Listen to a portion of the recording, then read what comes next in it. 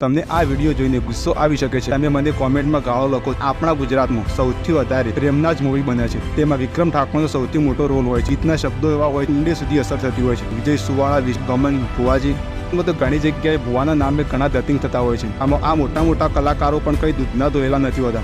આટલી જલ્દી પલટી મારી લેવાની? ગીતાબેન, ખાલી આનો જવાબ આપજો તાકાત હોય તો. ગીત બનાવનારની સચ્ચાઈ કહું, તમે તે જાણશો, ચોંકી જશો. જોયું કે જિગ્નેશ કવિરાજ કે કિંજલ દવે કે પછી કાજલ મહેરિયા જે ફજુભાઈ જેવા નથી હોતા આવશે.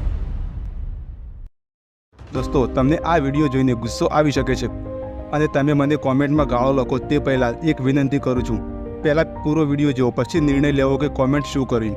કારણ કે અધૂરો કે સ્કીપ કરીને વિડીયો જોશો તો તમને મારો કહેવાનો મતલબ સમજાશે નહીં અને તમે મને ખોટી ગાળો દેશો. તો પહેલાં પ્લીઝ પૂરો વિડીયો જોઈ લેજો. તો ચાલો શરૂ કરીએ.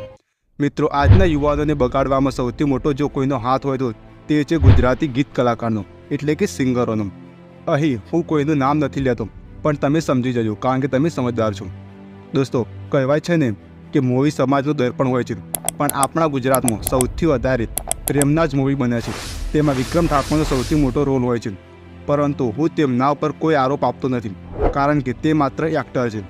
તેમાં તે એક્ટરનો નહીં પણ તે મૂવી નિર્માતાનો વાંક હોય છે, કારણ કે તે પૈસા બનાવવા માટે કોઈ મોટા ચહેરાને લઈ લે છે અને તે પૈસા બનાવી લે છે, કારણ કે તે તેમનો બિઝનેસ છે.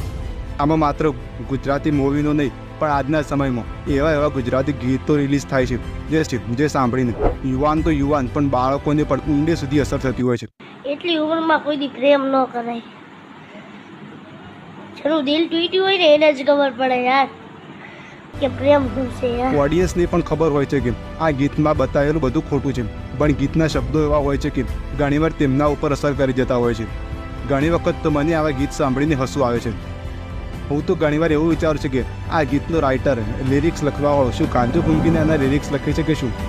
બસ કરો યાર, હવે મને શરમ આ લાગી છે. તમે આવા ગીત બનાવો છો તો આપણા ગુજરાતના મ્યુઝિક ઇન્ડસ્ટ્રીને શું કામ આબરૂ કાઢો છો?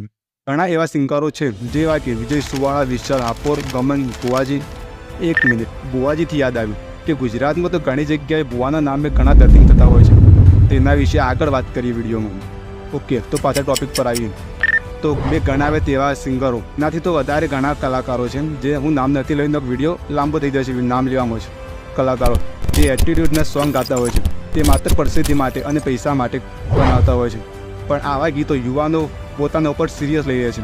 યુવાનો તે જાણે પોતે મોટી ટોપ હોય કે ડોન હોય અથવા રઈસ બાપની એક માત્ર ઓલાદ હોય તેવા પોતાના સ્ટેટસ અને સ્ટોરી મૂકતા હોય છે સોશિયલ મીડિયા ઉપર.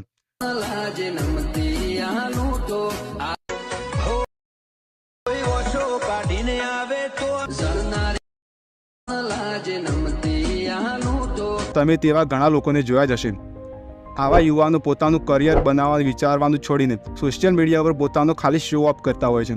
એમાં આવા બાળકોનો વાંક જ હોતો નથી, કારણ કે તે તો સોશિયલ મીડિયા ઉપર જેવું જોવે છે તેવું પોતાની જાતને બતાવવાની કોશિશ કરે છે અને ખોટો શો ઓફ કરતા હોય છે. આમાં આ મોટા મોટા કલાકારો પણ કંઈ દૂધના ધોયેલા નથી હોતા, કેમ કે જ્યારે તે શરૂઆતમાં નાના સિંગર તરીકે શરૂઆત કરી હશે ત્યારે તેમને આગળ લાવવામાં સૌથી મોટો હાથ એટલે આવા મજૂરિયાત જેવા કે ગરીબ જેવા મિડલ ક્લાસ લોકોનો જ હોય છે. પણ જ્યારે આવા વ્યક્તિઓ મોટી હસ્તી બની જાય છે ત્યારે તે પોતાના ફેનને એટલે કે ચાહકોને થોડી પણ ઇજ્જત નથી આપતા. જેમ કે આ જોઈ લો. સેલ્ફી પાડી તમે પ્રોગ્રામ બંધ કરી દીધો ભાઈ. ખબર તમે મારે કોઈ જરૂર બી નથી અહીંયા ભાઈ. અહીંયા મારે કોઈ જરૂર જ નથી. ફરમાઈશ ફેંકી દો ને ભાઈ.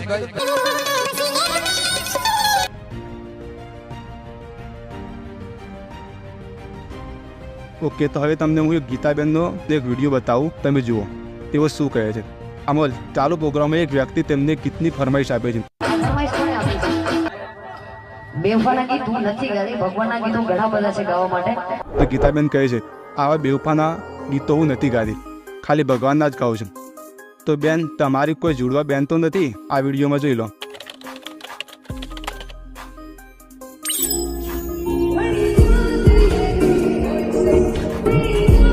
આટલી જલ્દી પલટી મારી લેવાની?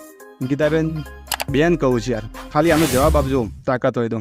આ લોકો જ્યારે કલાકાર બની જાય છે ત્યારે તે લાઈવ ઇવેન્ટ માટે લાખો રૂપિયા ચાર્જ કરતા હોય છે, જે ખાલી અમીર વ્યક્તિ જ અફોર્ડ કરી શકે છે. તેમના જબરા ફેનને તો ખાલી તેમને મળવાનું સપનું જ જોતા રહી જાય છે. ત્યારે આવા કલાકારોનું નવું સોંગ રિલીઝ થાય છે તો તે સોંગને સક્સેસ લાવવામાં આવા નોર્મલ માણસો જ વ્યૂઝ લાવીને તેમને આ સોંગમાં સક્સેસ અપાવે છે.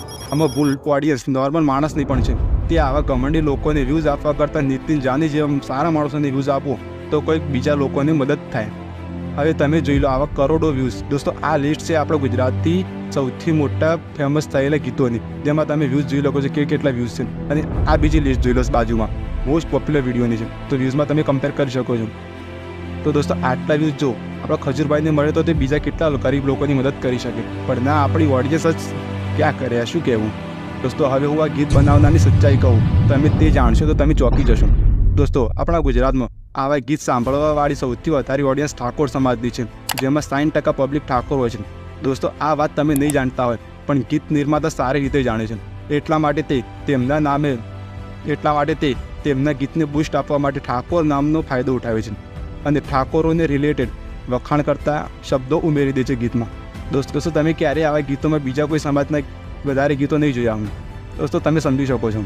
દોસ્તો ઘણીવાર નવા કલાકારો પોતાનું ગીત મોટા લોકો પાસે સ્ટુડિયોમાં બનાવવા જાય છે, ત્યારે જો નવા કલાકારની સ્ક્રિપ્ટ સારી હોય, લિરિક્સ સારા હોય તો તે લોકો આમનું ગીત પડાવી લેતા હોય છે. અને જો તેમનું ગીત પણ એવરેજ હોય તો તેમને લો ક્વોલિટી કામ કરી આપવામાં આવે છે અને કામ ચલાવ ગીત બનાવી આપવામાં આવે છે.